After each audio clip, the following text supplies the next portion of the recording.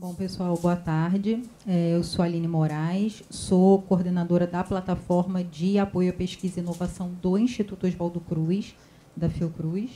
E eu vou trazer para vocês um pouco da nossa experiência no IOC, construindo uma equipe de alta performance na área de inovação. Então, mostrar um pouquinho para vocês o que a gente encontrou, como que a gente conseguiu, ali, as práticas que a gente adotou para tentar construir essa equipe, os resultados que a gente obteve a partir desse trabalho. E também os desdobramentos do que a gente está aí vislumbrando também para o futuro. Vou começar trazendo aqui só para ilustrar a Fiocruz em números. Acho que todo mundo aqui conhece a Fiocruz, né? Sobretudo depois da pandemia. A Fiocruz é uma instituição muito grande, né? Ela tem unidades em vários estados do Brasil. A gente tem o campus principal, que é o campus Manguinhos, aqui no Rio de Janeiro.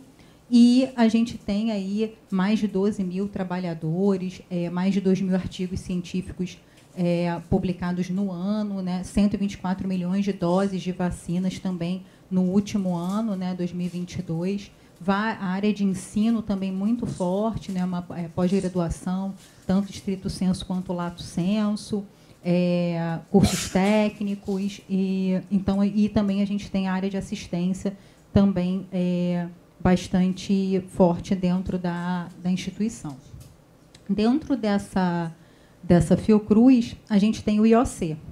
O IOC é o Instituto Oswaldo Cruz, que a gente chama, né, carinhosamente como célula máter da Fiocruz, porque foi da onde surgiu a Fiocruz, né? O Instituto Oswaldo Cruz foi criado e depois a gente viu aí a fundação surgindo. E o Instituto Oswaldo Cruz ele foi criado então em 1900 e a gente tem aí uma área que desenvolve muitas atividades, desde atividade de pesquisa, inovação tecnológica, coleções biológicas, referência, ensino. Então, é uma unidade muito plural e é a maior unidade de pesquisa da Fiocruz. A gente tinha, até o ano passado, 72 laboratórios.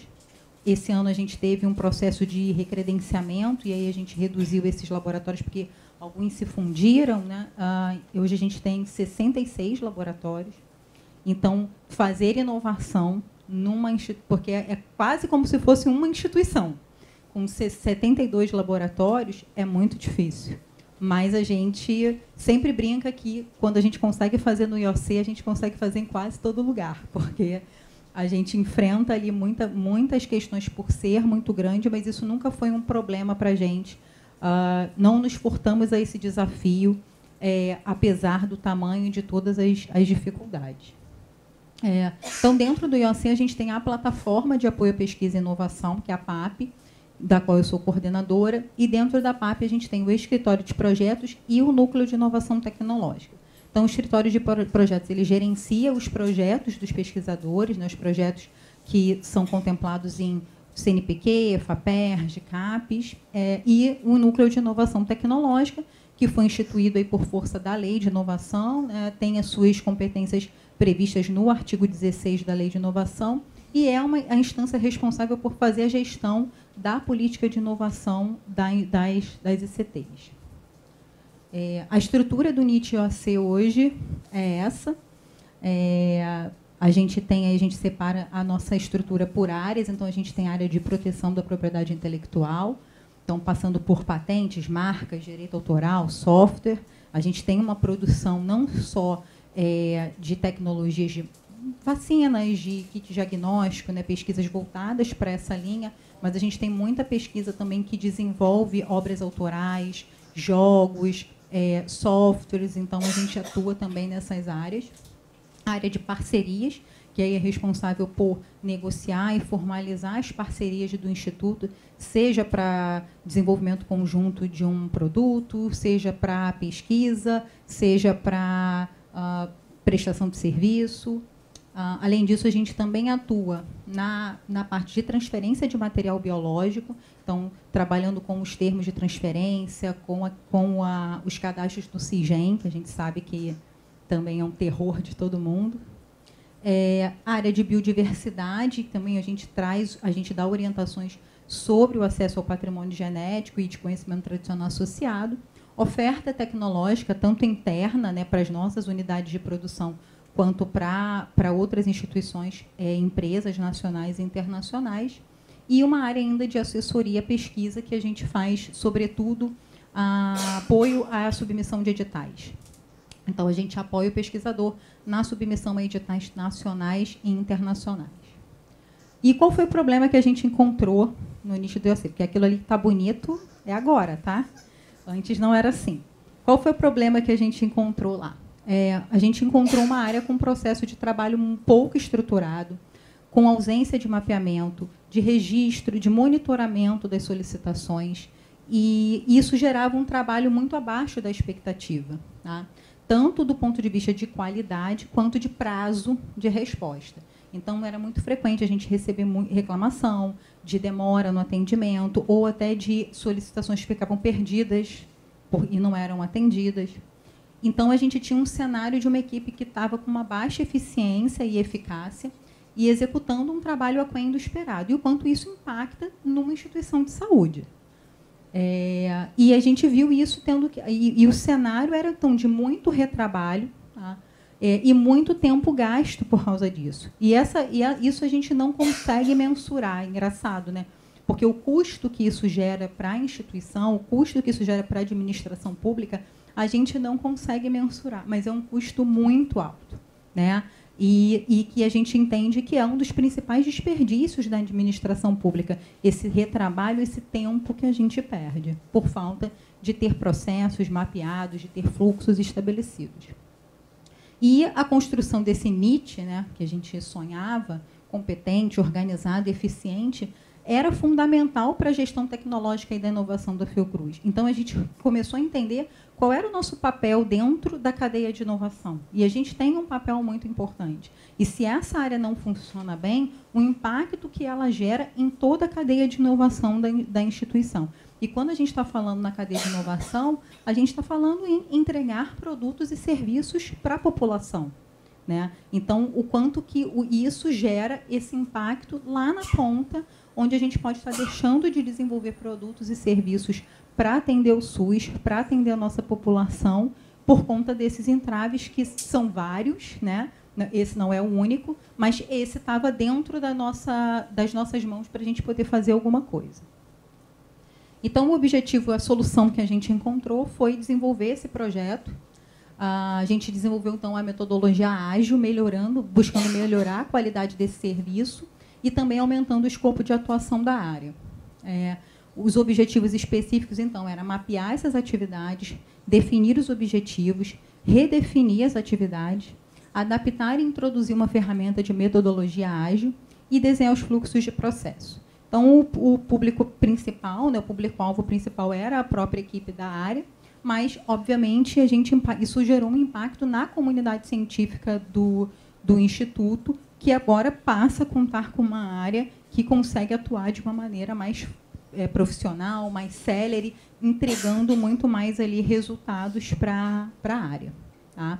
E a gente entende que essa metodologia ela é possível de ser aplicada, de ser replicada, tanto para outros NITs da Fiocruz. A Fiocruz ela tem um sistema de NIT, que cada unidade tem o seu NIT, e também para outras ICTs. E esse é o nosso objetivo, inspirar outras instituições com o nosso trabalho e conseguir contribuir de alguma forma. Então, aqui estão um pouco das etapas do que a gente fez ao longo desse processo. Primeiro, a gente fez uma etapa de ambientação e reconhecimento da área. Então, foi uma etapa inicial de entender a área, né, entender as atividades e as necessidades. E isso foi feito através de reuniões com a própria equipe e observação da rotina de trabalho. E aí foi muito engraçado a gente ver o processo, porque você chegava para a pessoa e falava, não, mas como é que funciona? Como é que você faz para fazer isso daqui? Aí a pessoa respondia, não, eu faço assim. Aí você perguntava para outra, mas como é que você faz aqui? Não, porque eu faço, e era de outro jeito. E aí você fala assim, meu Deus do céu. Né? Então, mas era preciso a gente fazer essa primeira identificação do cenário. E que, às vezes, pode ser uma barreira, porque as pessoas não estão dispostas a olhar para as suas próprias fragilidades. Mas a gente estava disposta a pagar esse preço. Depois que a gente fez isso, a gente não fez o mapeamento dessas atividades. A gente monitorou durante 3 meses as atividades da área para identificar, então, quais eram essas demandas que chegavam na área, de que forma elas vinham sendo tratadas. E a gente compilou essa análise de dados e aí a gente passou a ter um panorama desse trabalho da área. Na 3ª etapa, a gente fez uma avaliação dessas atividades que a gente mapeou e definimos um objetivo. Por quê? A gente observou pelas atividades que a gente estava se dedicando a muitas atividades ali de rotina que fugiam do que era o objetivo da área. A gente tem uma área de inovação que tem suas competências pautadas pela lei de inovação e que estava acabando fazendo outras coisas, outras atividades de rotina e não fazendo aquilo que era, de fato, o seu foco.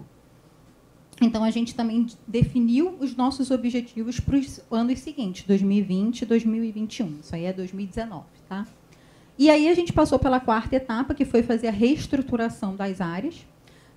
A gente, então, a partir desse diagnóstico, a gente readequou as áreas. Então, aí virou aquele organograma bonitinho que vocês viram lá no início. A gente separou todas as áreas, qual é o processo de cada área, quem é responsável por cada área. Então, a gente trabalhou nisso, e a gente também trabalhou numa forma de monitorar essas demandas de maneira mais eficiente, né? Para que a gente pudesse prestar um serviço num prazo menor, com mais eficiência, e também que a gente pudesse gerar dados, né? Que isso também é primordial para a gente conseguir também identificar as lacunas que vão aparecendo ao longo do caminho e pensar nas soluções. Bom, aí a gente trabalhou, então, na etapa 5, que foi a introdução da metodologia Scrum. Também foi um desafio que foi importante. A Vanessa Dantas, que trabalha comigo no NIT, ela trouxe essa questão da metodologia ágil Scrum e a gente trabalhou na adaptação dessa metodologia para a administração pública, que foi bem interessante e que foi o que ajudou a gente a conseguir trabalhar na pandemia, porque isso tudo aconteceu em 2019. Em 2020, a gente foi jogado lá no trabalho remoto, né? Daquele jeito que todo mundo aqui sabe como foi. E numa instituição que estava no auge, né? Uma instituição que estava super demandada no meio da pandemia. Então, assim, acordos de parceria bombando, né? Um monte de coisa acontecendo e todo mundo indo para o remoto sem ter nenhuma preparação. E o quanto que a metodologia do Scrum foi crucial para a gente conseguir chegar nos resultados que a gente chegou mesmo diante de uma pandemia. E, por último, a gente fez o desenho dos fluxos e dos nossos processos de trabalho. A gente mapeou todos os processos, fez todos os fluxos, e agora a gente tem todos os nossos fluxos disponíveis na intranet para a nossa comunidade científica.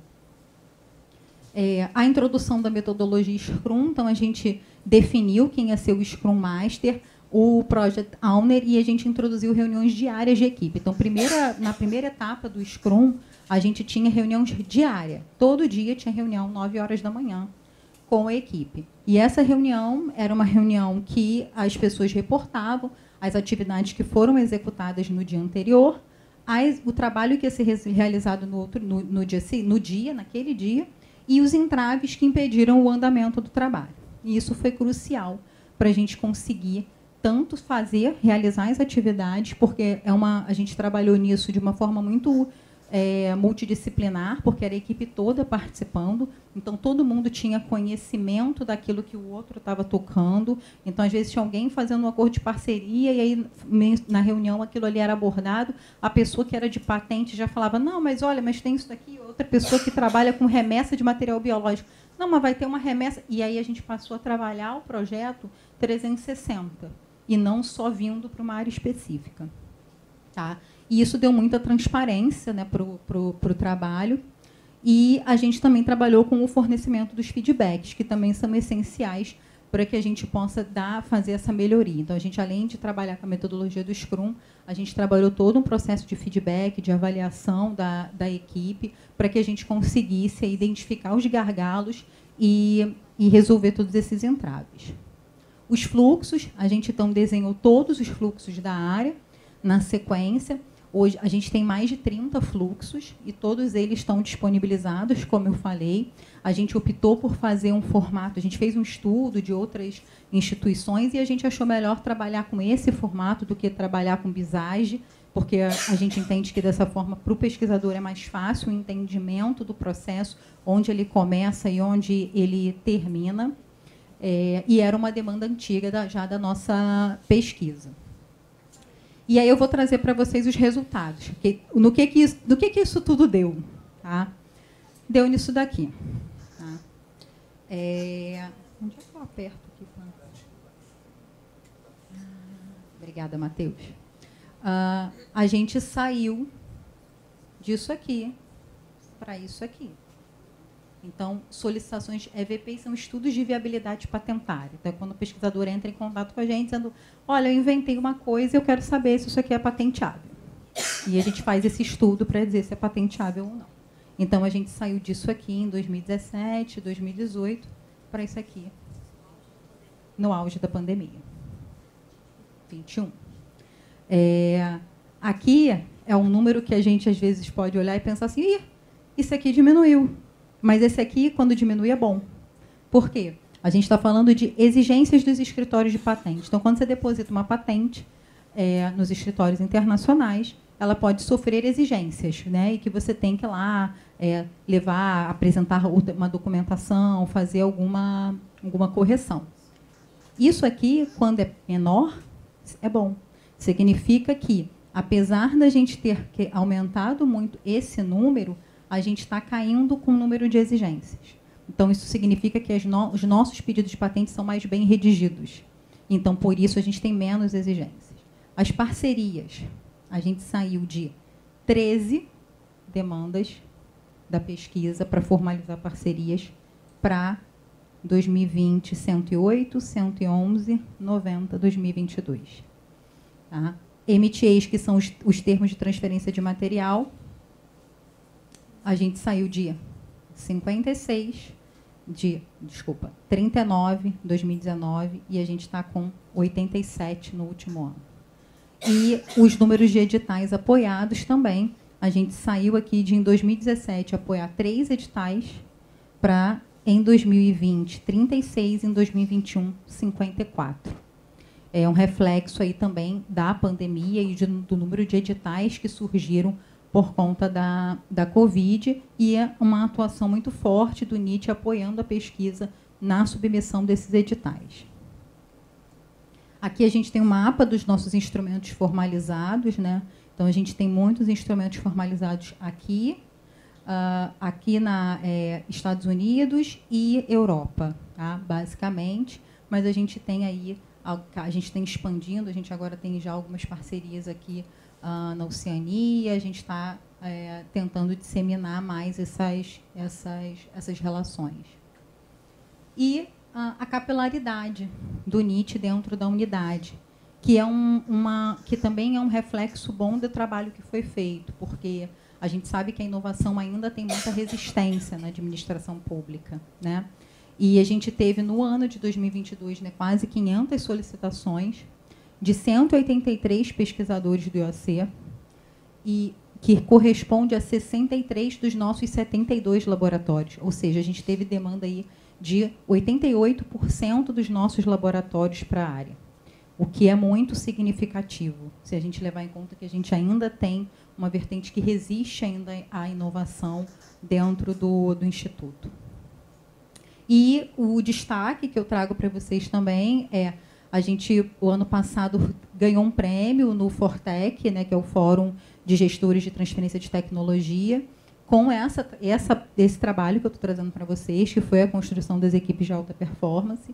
A gente apresentou esse trabalho no Fortec e fomos premiados no prêmio deles Conte-me Algo Que Eu Não Sei, que justamente tem por objetivo disseminar essas práticas de NITs para outros NITs, para inspirar outros NITs, e acho que trazer um pouco de alento, né? Porque eu acho que às vezes a gente se sente muito sozinho nas nossas áreas, e aí quando a gente vê que tem outras pessoas passando pelas mesmas situações, eu acho que a gente se sente ali confortado de, olha, não estou sozinha, tem alguém que está fazendo algo e que está funcionando, é possível, Então, acho que esse era o nosso objetivo e acho que a gente conseguiu alcançar, porque depois desse evento a gente recebeu muitas demandas de outras instituições querendo entender como que foi esse nosso processo, assim, de uma maneira mais específica. Além disso, a gente também foi aprovado no edital do Catalisa, do SEBRAE, com o nosso NIT prestando serviço para outros NITs e para pesquisadores independentes. Então, acho que isso também reflete uma maturidade da área. E a gente também terminou um projeto, que é o projeto de mapeamento de competências científicas e tecnológicas do nosso instituto. Então, a gente também fez, no 2021, 2022, um projeto que a gente mapeou todas as competências da nossa pesquisa. Então, competências que a gente já tem, competências que a gente pretende aprimorar, áreas portadoras de futuro, projetos com potencial de inovação, gargalos da inovação, parcerias que são estabelecidas pela pesquisa. Então, também foi um trabalho muito rico. A gente entrevistou todos os chefes de laboratório, dos 72 laboratórios, entrevistas que foram feitas remoto, porque a gente estava ainda na pandemia, e foi um trabalho bem interessante. A gente ganhou um recurso do edital da Fiocruz. A Fiocruz fez um edital de inovação na gestão, o que foi também bem inovador, aplicar recurso para uma inovação voltada para a gestão. E aí a gente desenvolveu esse projeto e agora a gente está trabalhando nos desdobramentos, a partir desses resultados desse projeto, o que a gente vai aplicar aí para a área de inovação. Bom, os resultados, acho que em iniciativa de melhoria de processo em gestão, alguns resultados a gente não consegue mensurar, como, por exemplo, o aumento da confiança no trabalho da área. Eu acho que a própria área passou a confiar mais no trabalho que ela desempenha e a pesquisa passou a confiar mais no trabalho do NIT. Então, a gente mudou muito essa visão de um NIT que é burocrático. Tem que mandar para o NIT, que saco. Era assim. Para agora, você ter um lugar que a pessoa fala, não, manda um e-mail e fala, olha, eu recebi isso daqui para eu assinar, mas eu posso assinar?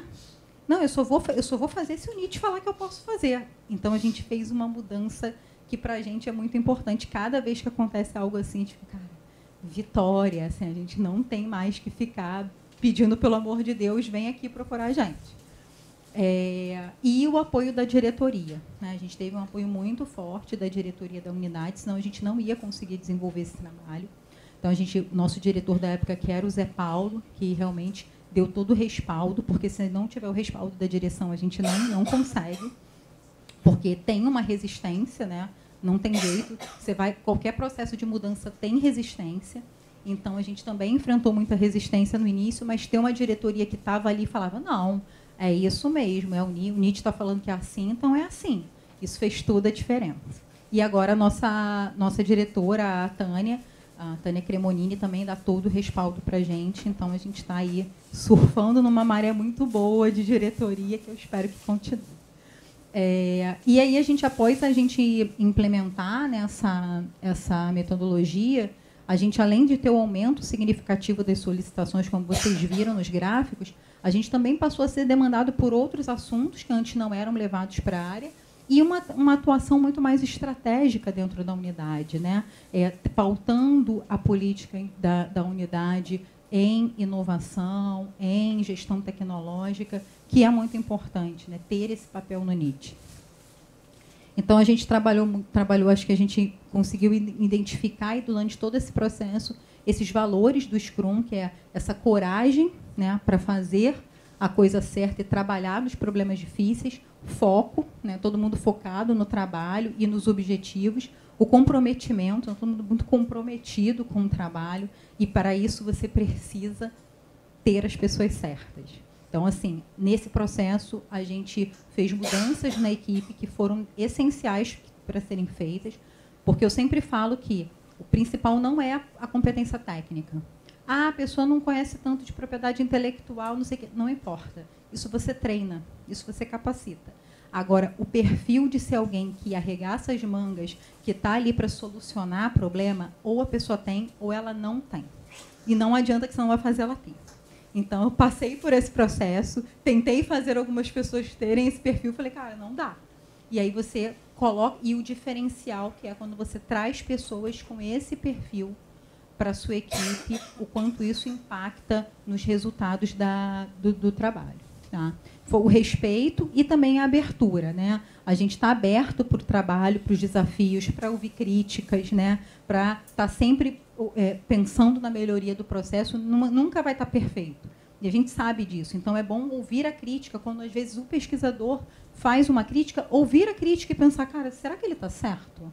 Em vez de ficar rebatendo, sempre jogando a culpa, não, porque é o pesquisador que não quer fazer. Não, será que é a gente que não tem que melhorar? Então, pensar um pouco também, fazendo essa autocrítica do que a gente também pode aperfeiçoar. Então, as barreiras encontradas foi a resistência dos envolvidos, né, que eu mencionei para vocês, que toda mudança tem. A gestão de pessoas, que foi uma questão central e ponto de muita atenção para essa mudança, como eu mencionei aqui também. E a necessidade de monitoramento e revisão constante dessas atividades. Então, a gente está fazendo isso agora o tempo inteiro. Também a dificuldade de alinhamento e articulação com outros setores da própria instituição. E os fatores de sucesso, acho que foi isso. A gente tem uma equipe com uma visão clara e objetiva do que a gente queria, com foco, com determinação, e o apoio da direção, como eu disse. Sem isso, a gente não tinha conseguido avançar. E, para fechar, então, essa é a equipe do NIT do IAC. Eu sou a Aline Moraes, a coordenadora, e aí a gente tem aqui a Ana Amaral, que atua na área de biodiversidade e editais nacionais, a Joyce Costa, que é a área de patentes e prospecção, a Vanessa Minoni, que é a minha gerente de processos e que foi meu braço direito, e a gente trabalhou muito juntas nesse projeto, assim, se dando as mãos, chorando quando tinha que chorar e vibrando na hora que tinha que vibrar. É minha grande parceira. A Flávia Stil, que é responsável pelos MTAs e pelos editais internacionais, e a Damares Furtado e a Júlia Zacur, que são da área de parcerias. É isso, gente. Queria agradecer o tempo de vocês. Ali está o QR Code para vocês avaliarem minha apresentação. Por favor, avaliem com sinceridade. E eu queria só terminar com essa frase do Guimarães Rosa, que, para mim, representa muito do que é trabalhar com inovação, que é isso, que é o que a vida quer da gente é coragem. E, para trabalhar com inovação, tem que ter muita coragem, senão a gente não consegue. Obrigada.